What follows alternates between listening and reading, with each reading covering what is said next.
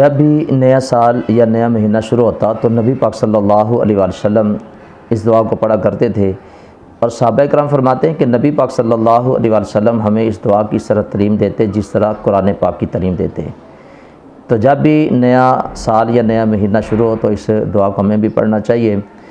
نبی پاک صلی اللہ علیہ وسلم اس دعا کو پڑھتے، اللہم اہلہ علینا بالامن والایمان والسلامتی والاسلامی ربی وربک اللہ۔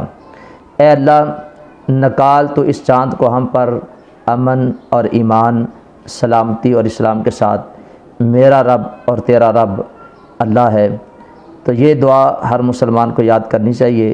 آج انشاءاللہ محرم الحرام کا 2024 کا جو چاند ہے وہ نظر آ جائے گا، تو سب کو اس دعا کو چاند کو دیکھ کر پڑھنا چاہیے۔